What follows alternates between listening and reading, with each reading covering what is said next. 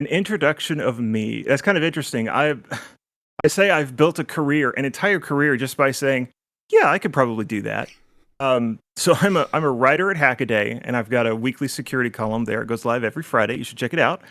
Um, but I'm also the host of Floss Weekly, which is now at Hackaday, and the Untitled Linux show still over at Twit. So several hats I wear there, sort of in the media, almost journalist space. Am I a journalist? Do I want to call myself a journalist? I'm not sure, but I do stuff and people listen and read it.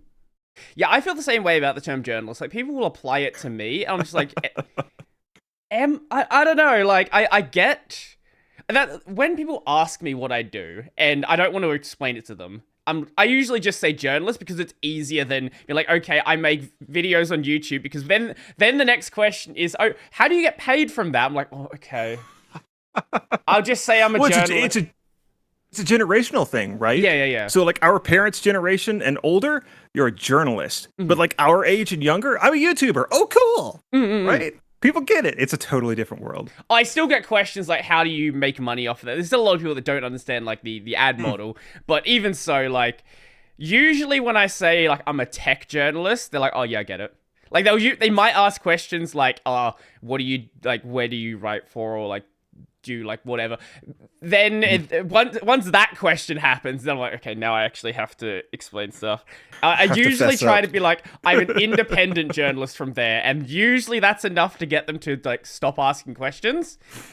Any more than that, and then I have to start explaining like, okay, this is how the ad model works. You get paid like a certain amount per 1,000 views, and they always want to know, oh, how much are you making? Like. Like, do you go and ask like random other people that? Like, if you see some, how much like, are you making? Like, you go see some, like, you go to your doctor, right? You like go to get a checkup. Like, hey, how much are you making? Like, that's not a normal question to ask people. No, it's not. It's a weird world. I don't know. I get the confusion, right? Like, because frankly, it is just like a weird thing to do. Like the whole like making money on the internet is like, it's still a relatively new thing for a lot of people. Yeah, that's true. That's true. And the fact that it's advertising, I don't think people realize how much, like a lot of things, but the internet in particular, it's so advertising driven. That's where the money comes from. And if you're not like paying attention and thinking about how many ads you see every day and people are advertising, it kind of goes over your head. But all the billions and billions and billions of dollars are advertising. And I guess we get to get a little tiny cut of it. And I guess it sort of leads into like a lot of people not realizing how much like their data is worth, because you'll see like anytime there is any sort of big system collecting data, whether it's like anything that Microsoft has done in like the past 10 years, like whether it's adding all the data collection into the operating system, whether it's like recall more recently, you always see people being like, well, I don't do anything weird. Like it's fine if they have my data. Like people just don't understand like why they want to. Like they're not like Microsoft isn't just collecting petabytes of data just for the sake of it. Like they have reasons to do that.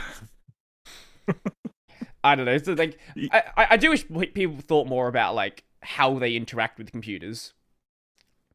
Yeah, there's the old saying that like if you're getting a service and you're not paying for it, then you're not the customer.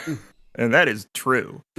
But good luck. It's like trying to hold the tide back to get enough people to tune into that, to pay attention to it.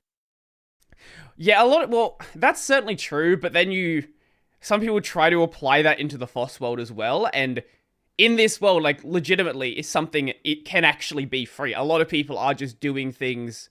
Obviously, it's not free time-wise, right? Like, people are spending a lot of time doing it, doing their volunteer work. But in that case, you can legitimately get an entire desktop, and it's just there.